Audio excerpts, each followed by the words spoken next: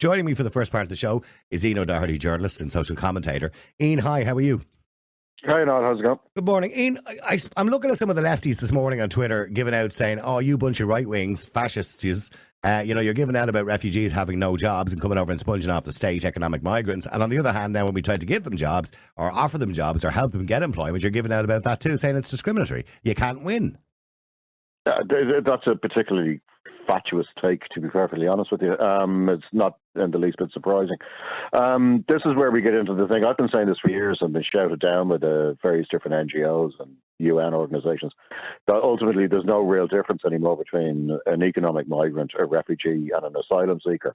And remember, there was one point they were trying to put barriers up between the three. It's like, don't call them a refugee, they're an economic migrant, or don't call them an asylum seeker, they're a refugee. Whereas actually, as we now see, it's a distinction without a difference. Yeah. And it always was. It was all part of the great UN scam to pretty much destroy the West, which is basically what they're doing. And I mean, I can't believe after all the controversy and the revelations of, say, for example, what USAID was getting up to, the way, Trump has now really exposed that.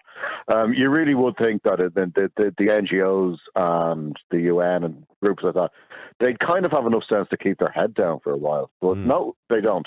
And well, I think Trump is doing a good job of all that, because I know Apple announced this morning they're abandoning their DEI programs. So it looks like Trump is doing a good job at all of that, including the aid of the DEI programs.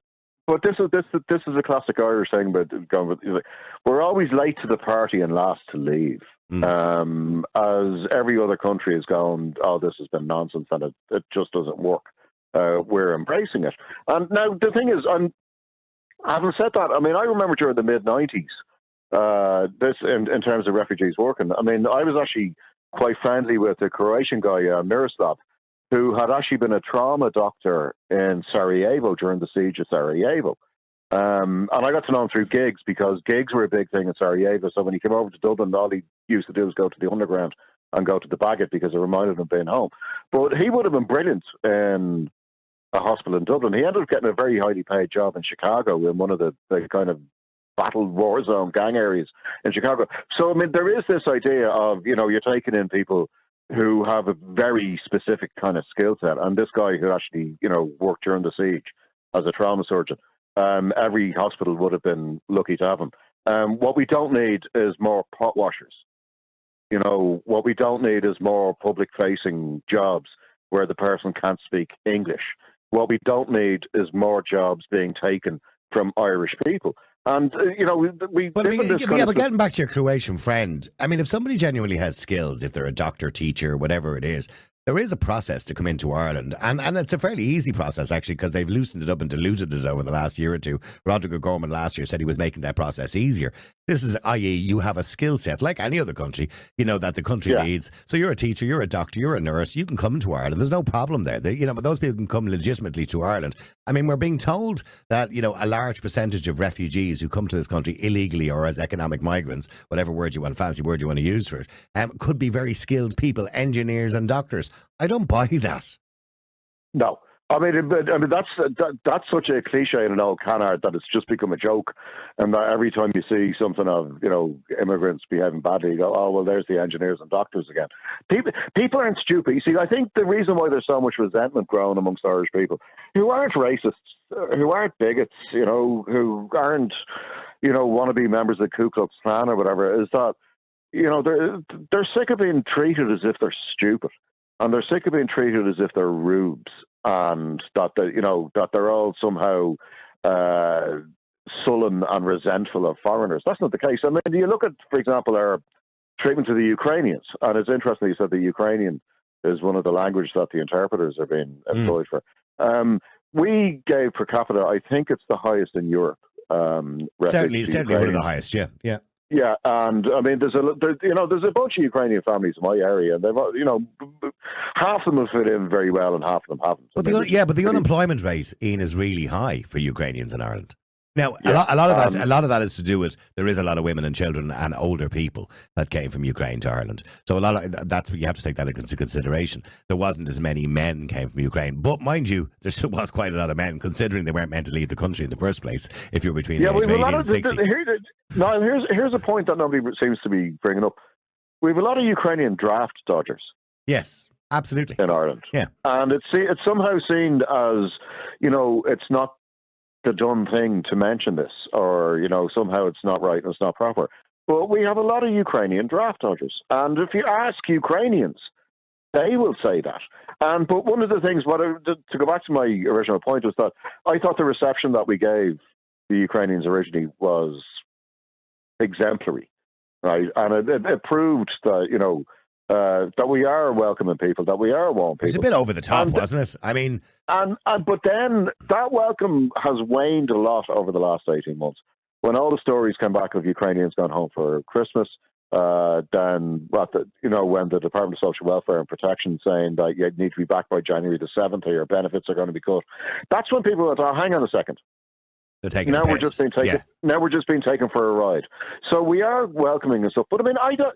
Why? Like, when I worked in restaurants, I started off as a kitchen porter, right? And it was 70 quid a week. And it was 12 hours a day. And I got paid an extra 15 quid if I worked on the Sunday. So it was basically 7 days a week, right? Now, that got me a bedsit back in the day, right? That was my start while I was trying to get into journalism. Why should we be denying young Irish kids that opportunity? But Ian, when you and I went into the job market, my first job was a bicycle shop fixing punchers, right?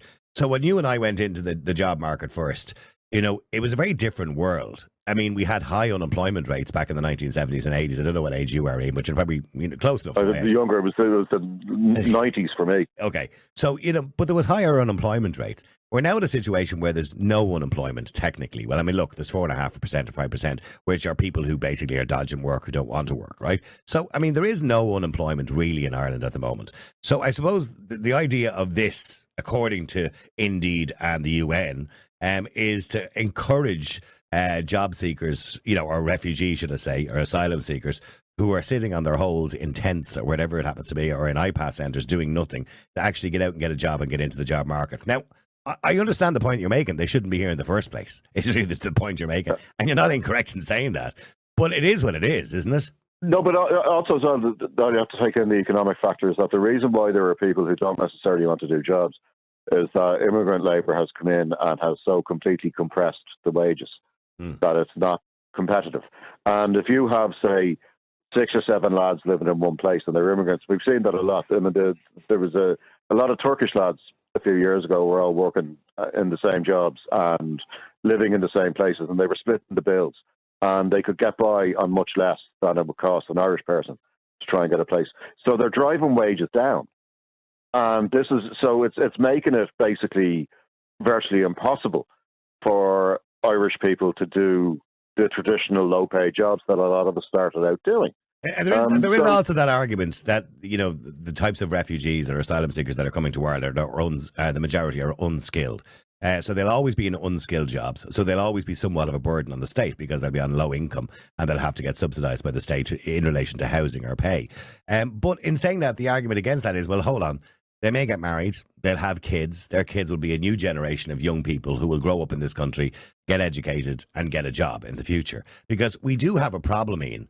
And the problem that we have in this country is that we're only having 1.4 kids, where we should be having 2.3 to replace the population. So in 20 years' time, there's going to be no people, or there'll be an older population. If we don't replace the population, and I know that sounds bad to say that, we're going to have an older population and we're not going to be paying the pensions. Well, I mean, this is one of the things I find funny is that for years anybody says, the great replacement theory, that it was all a right-wing conspiracy thing. And then they come out and say, actually, no, we do need to replace the population. But they are. I mean, there's no hiding that. There's no hiding that. No, but I mean, the thing is, every country will adapt to the population that it has, and it will adapt to the population density that it has, right? And yes, population birth rates are gone down in Europe and stuff like that, but I really fail to see how importing Africa is going to really alleviate that. And we have the Labour government in Britain at the moment basically telling the indigenous English people in places like Oldham and all those former mill towns and the former mining towns in the Midlands and the north of England to be really grateful that English is no longer the main spoken language in their high street. Wow. Because the immigrants are basically, they're the ones who are going to be cleaning your bum when you go into a nursing home and stuff like that. And it's just a completely bogus argument now. It just falls apart under any rational analysis whatsoever, you know. And the bottom line is, we were told refugees couldn't work. Now we have refugee job fairs, and now we have a situation where anybody, and this is where the resentment comes from, and you can see the resentment has been growing in this country. There's always been a small cohort of bigots and racists. You're always going to get the nutters. But in terms of sort of rational, reasonable people, and you can see that in all the elections and stuff like that, any of the far-right parties, the genuine far-right parties, they never get any pickup electorally. But the likes of yourself and so the more conservative people who've been running are getting more and more, because basically rational, reasonable people are going, I don't have a problem with black people, I don't have a problem with immigrants, but this is going too far. And it's going to, more importantly, it's going too far too quickly. And the makeup of the country is changing at a degree that people don't like. My wife, for example, she's from a small village in Mayo. Their last hotel last week became an iPass centre. So the hotel that she had her communion in, the hotel that she had her 21st in, the hotel that was the centre of all the confirmations and wedding receptions and all that kind of stuff for everybody from that village, that hotel, that's gone. Yeah. And that's been replicated in villages and towns across Ireland.